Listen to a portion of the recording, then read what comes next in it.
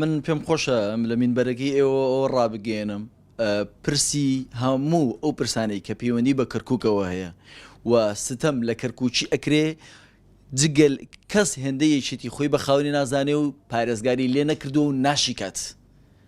بۆیە مەسەلەی پرسی دامەزراندنیش بەر لەوەی دەرەجاتە وەزیفەکان لە موازنەی 2019 بۆ کەرکووک دیاری بکرێ، ئێمە نوێنەرانی یەکێتی لە کەرکووک کارمان لەسەر کردەوە، بیرمان لێ کردێتەوە و هەوڵمان بۆ داوە.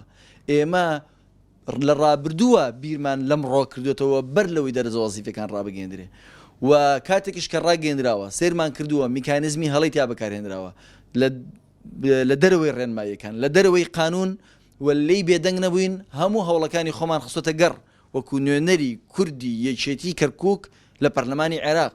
بۆیە هیچ کەسێک ناتوانێت خۆی بکە بە خاوەنی ئەمە هەوڵانەی ئێمە لە هەر شوێنێک، هەر گروپێک، هەر تاخمێک باسی ئەوە بکات کە ئەمە لە ژێر فشاری ئەوان نبووە یا دەستی خەڵکی تری تایە، ئەمە بە هەموو شێوێ ڕەتەکەینەوە. هیچ تەسیریکان لەسەرم پرسەنیە، تەنها نوێنەرانی یەکێتی نوێنەری ڕاستەقینەی خەڵکی کەرکووکن و بە جدیدا کۆکیان لێکەن و هەتا نوێنەرانی یەکێتی کەرکووک لە پەرلەمانی عێراقا هەبن. ئێمە ئەوەی کە لە دەستمان بێ لە چوارچێوەی دەسەڵاتی چاودێری و یاسادانانی خۆمانە شەونخوونی ئەکەین بە هیچ شێوەیە ناسرەوین بۆ پارێزگاریکردن لە مافەکانیان.